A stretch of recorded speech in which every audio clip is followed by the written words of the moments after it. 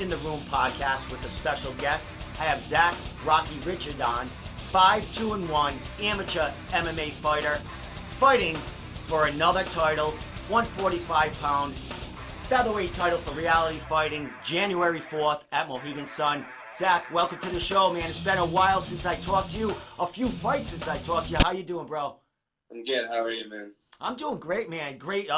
Christmas is around the corner. You got a fight coming right up after the holidays. How you handling the weight cut and training through, this festive time when eating is highly involved? Yeah, well, I wrestled my whole life, so, I was never really got to enjoy Thanksgiving or Christmas that much anyways, and after that, my sister passed away, so the holidays aren't really that fun anymore anyway, so whatever, I might stick a cookie in and just work a little bit longer here and there. Well, you've been active this whole year. 5 fights in 2019. You're starting off fresh in 2020. Dude, let's look back at this huge year for you. 5 fights, and 4 of them were title fights, and you captured one, your last fight, for Neff, when you stepped up to the lightweight for the vacant amateur title there, man. Dude, bring us through this year, man. You started with Fred Lear for a title, and then you just progressed, a couple of hiccups on other title fights, but you were right back in the game with 2 wins in a row. Man, talk about that first fight with Fred and the progression where we are now. That first fight with Fred, I was supposed to fight this other guy. He backed out, and I was already, got offered a title fight, and then I got offered Fred, and a lot of people on my team doubted me and were like, he's been fighting. He had a title before he even started fighting. It's not a good idea.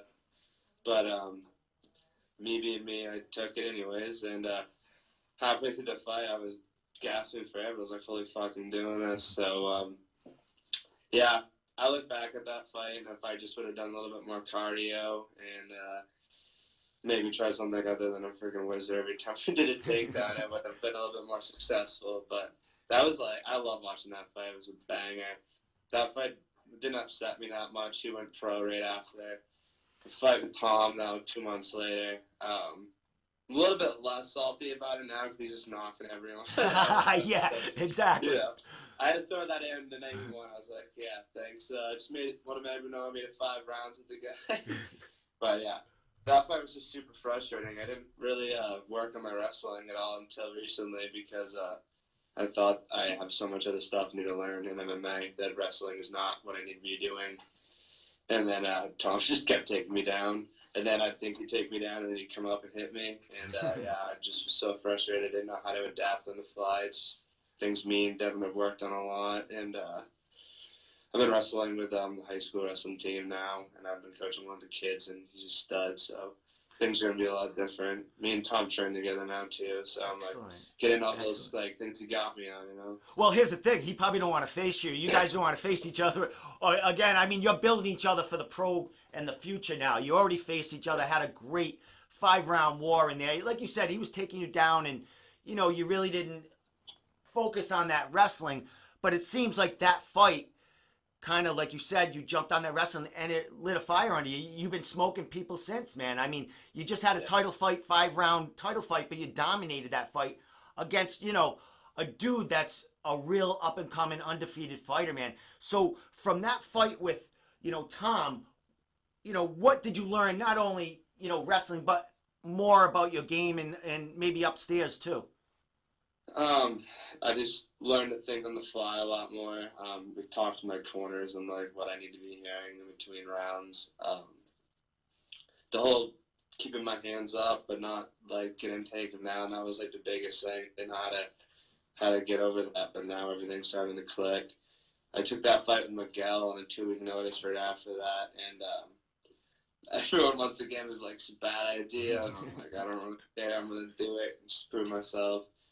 And walking in the Mohegan Sun, I was almost starstruck. I was like, oh my God. I went there for Bellator a couple of weeks before it too, so I was telling my friends, oh, I want to fight here, and then got the opportunity. I couldn't pass it up, and so I got into that fight. Actually, right before it, they asked me at weigh-ins. Weigh-ins. Do you have contacts? I'm like, yep. didn't say a word about anything else. At medicals the next day, you wear contacts? I'm like, yep. Didn't say anything. I'm literally about to go to my fight. And they're like, you gotta take your contacts out. Oh my god! And I have the monthly script ones too, and I abuse that. I don't ever buy Oh, drugs. so they're already blurred, My house right? is so dry. Like, Devin's like freaking out. He's like, hit the pads, and he's like, your actors are still there. And I was like, yeah, but it's super blurry. Yeah, and then you know what? That plays a toll with the equilibrium and everything. You know what I mean? When you get that blur. But you know, Zach, you took that fight late notice. You went in there against, you know, the #1 amateur in New England who just is making his pro debut. Another dude that you fought you makes his pro debut. And dude, you performed well, man. You made one mistake, got caught in the triangle, but you know, it seemed like you were, you know, you were dominating that first like minute of that fight, man. So what happened with that as far as you know, getting caught there? Well, in my fight with Tom, I'm sure you've seen it. I got put in a lot of submissions in that fight, and Devin actually tagged me in a picture today. It was with a bird and had an arrow through it. It was like the one kid that never taps. I like almost go and practice. I need to learn new, but I freaking slammed Miguel and he had that triangle and it got so tight and I was like, I'm going out. Like there's no way if you're about it. So I tapped last second. It was discouraging. But yeah. I landed some good shots. I was switching from southpaw to orthodox and I wanted to keep it on my feet, but I just like always get in my wrestling and I took him down. And they kept saying it and the rules meeting, they're like, it's amateurs, you land a couple shots, we'll call it. And I just started landed some bombs, so I was like, holy fuck, I'm gonna win. He kicked it off, and then I just literally dove in there at like such a ding dong. But well, Zach, you know, Zach, the thing about Miguel, he's caught like 90% of his fights in that position. You know what I mean? So, and you're fighting a dude on short notice who was training, you know, and you didn't think you were gonna have a fight. You performed well in there in kind of his backyard. You came all the way from Maine.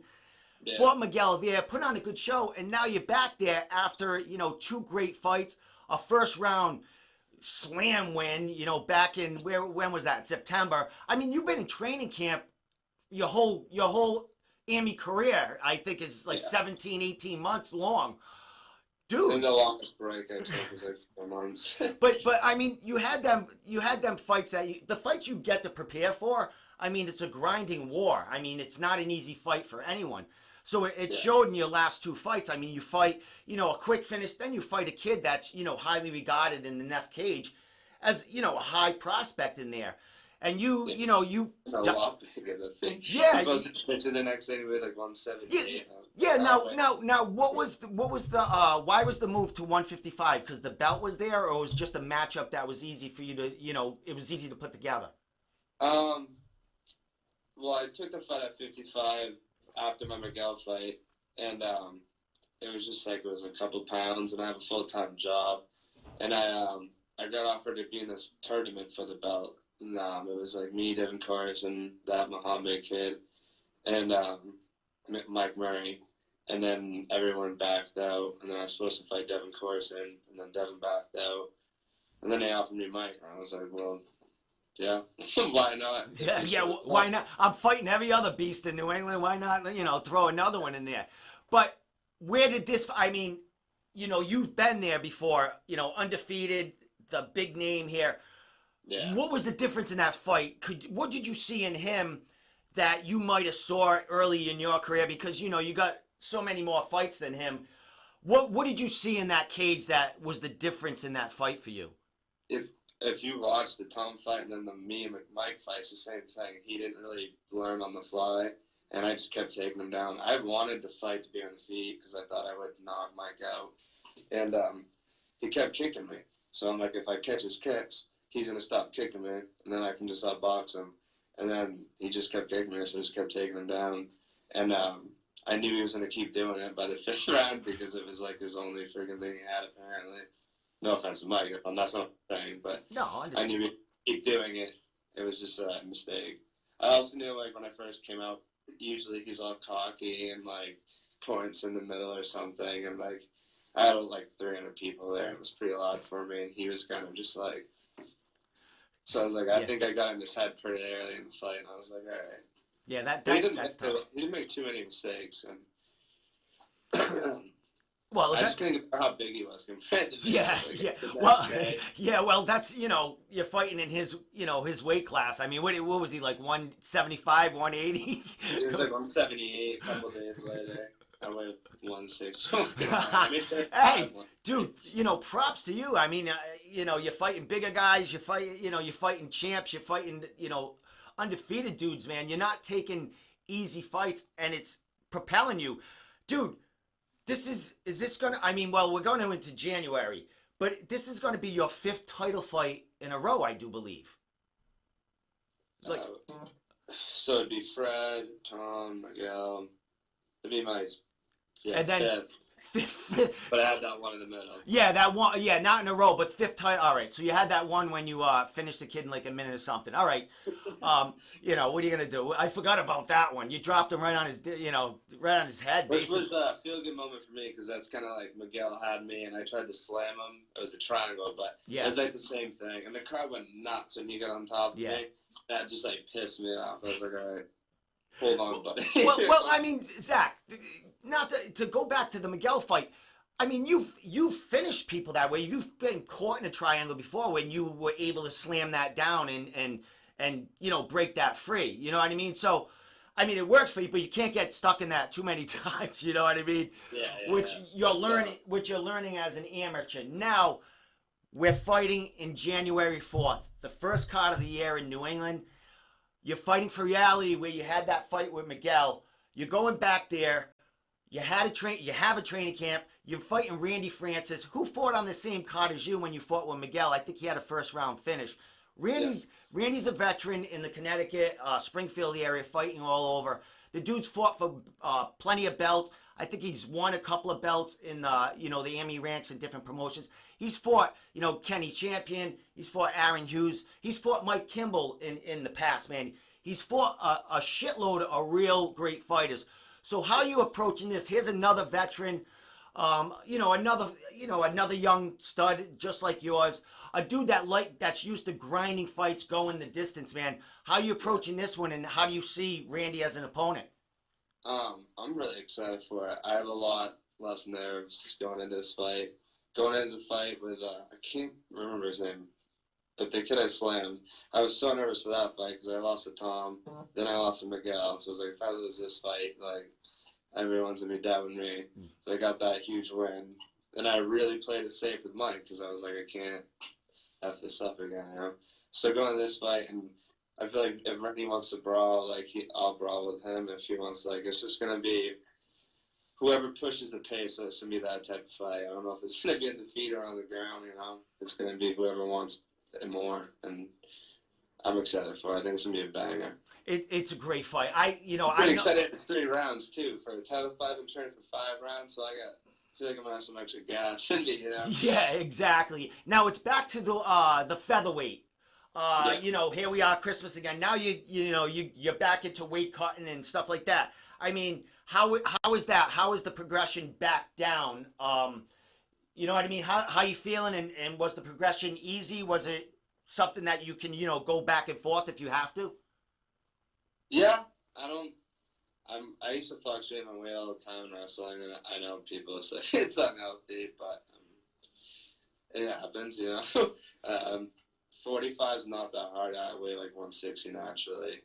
I plan on fighting in April for my 55 belt to defend it, so I'm planning on getting some muscle there. I don't want to be like a 45 I don't want to be a 35 when I go pro, but if I don't get any bigger when I go pro, I'll probably be a 35 because that's how I made it once on a full-time job, and it wasn't that hard, so. Well, you talk about. I don't know. I just gotta figure out if I want to keep my full-time job, if I want to be a true 45, or if I want to keep being a skinny boy. I don't know. Well, you have options, man. I mean, you have this fight, on the 4th. You win that belt, we're a double champ, and then you have, you're looking down the future to defend that title, man. You're doing all the great things. I mean, as far as making it a full-time career, I mean. Once you turn pro, that's when that you can make that decision. But you talk about selling 300 tickets. I mean, it seems like you can make it a full-time career. You guys that's have sponsors all over you.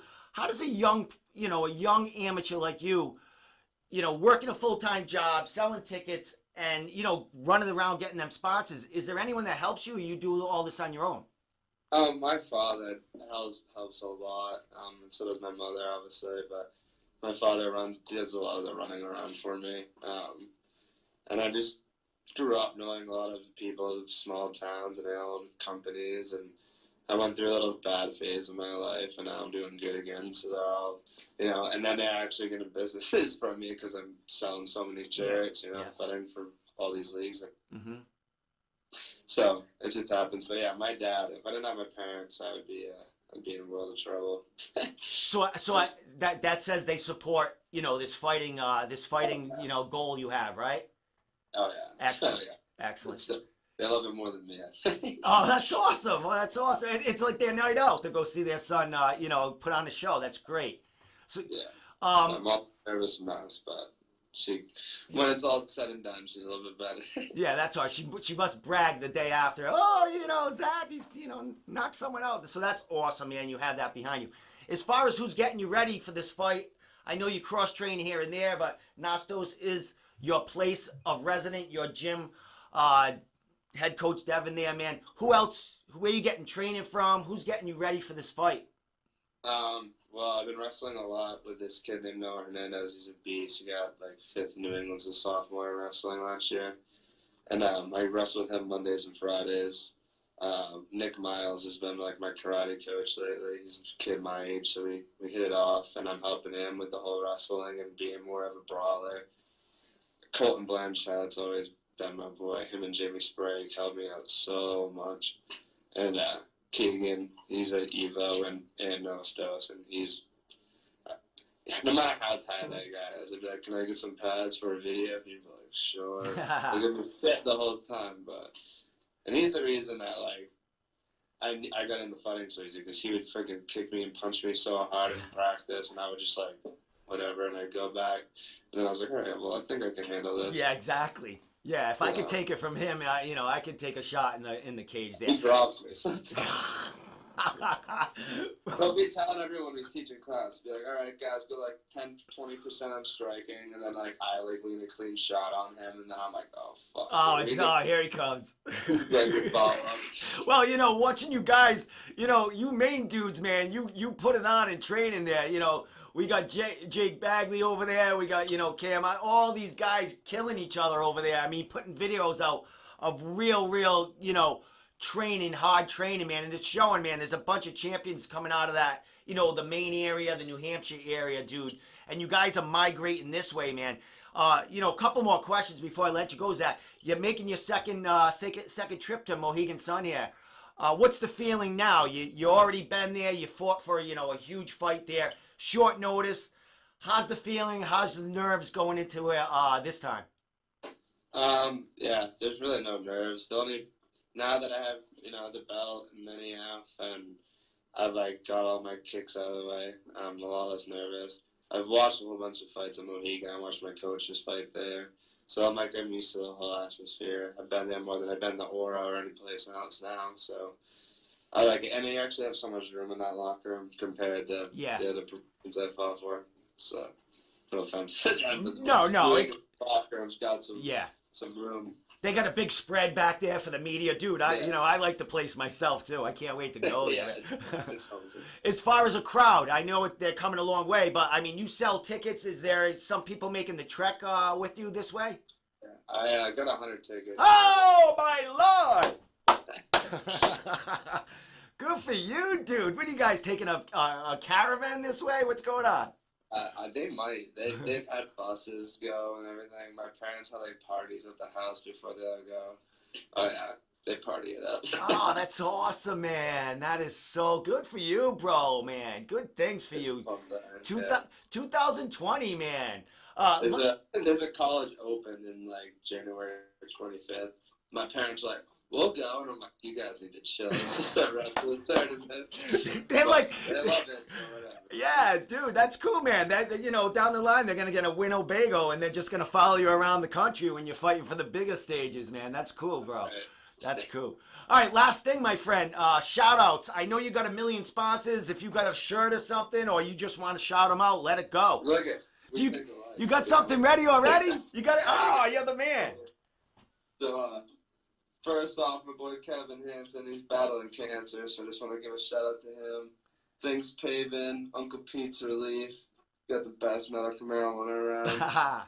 Snake and Skull, Skull and Snake Tattoo, Dedrick's Auto, Bolster's Firewood, Let It Shine Cleaning, Iron Tails, Top It Off, Southern Maine Sewer and Drain, Stone Coast Appraisals, Horseshack Customs, Mindside Landscape, B&M Auto, hold on.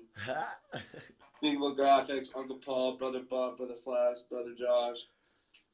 And hopefully some more for this. Oh, show me the front. Show me the front too. Got to see your name, right? This is the last fight. Yeah, but that's all right. We'll see it. We got to see your name up there. All right. Who designed that? My boy Damien. I think it's a Sneakable Graphics. Okay. Medical. There you go, bro. Nice work. Do you have another shirt coming out for this, or are you just what are you doing? Yeah. I'm always the last minute guy for that shit. But I'll probably message him in a week. All right, dude. Well, you know you're gonna have a million sponsors on that one. Make sure you save me a large shirt. I want you to sign it, and I'll throw it up on the wall here, man. And we'll throw it up on the wall, the room wall of fame here of all my young studs. You know what I mean? So, last thing, Zach. Social media, because we got about three weeks or so before this fight. Yeah, Instagram is RockyR666, Facebook Zach Richard, Snapchat's RockyR666. I don't call myself Rocky because of boxing or anything. I just fell and hit my face off a rock when I was younger and it stunk. So just throw that in there real quick. Sounds great, man. I don't know. Hey. But that's cool. Usually the coach names you Rocky, so Rocky's been your name since you were a kid. Since I was a freshman in high school, yeah. Excellent. Well, and then my first fight, the whole crowd started cheering it. My coach was like, "Why the hell are they calling you that?" And I was like, told him the story. They call me that, and they call me Chewy because we went to Vegas and I had a whole box of granola Chewy bars, and I fucking ate the whole thing. So Colton Blind channel, I'm always calling. Well, Chewy. dude, you're always in training camp. I mean, when you go to Vegas, you gotta let it fly. You know what I mean? You gotta go. Yeah. Have fun, man. All right, my man. I gotta let you go. Thank you, man. Hey, dude, you have a friggin' fabulous holiday. I know you're gonna be cutting some weight in it, but you got a huge family. You got a lot of people backing you. You're gonna have a lot of love for you these holidays, man. So I can't wait to see you. So, Zach, Rocky Richard fighting January 4th for Reality Fighting for their amateur featherweight title against Randy Francis, man. Don't miss it. This kid is on a roll, and he's ready to take a second belt. 2020, Zach Richard, watch out for him. Have a good one.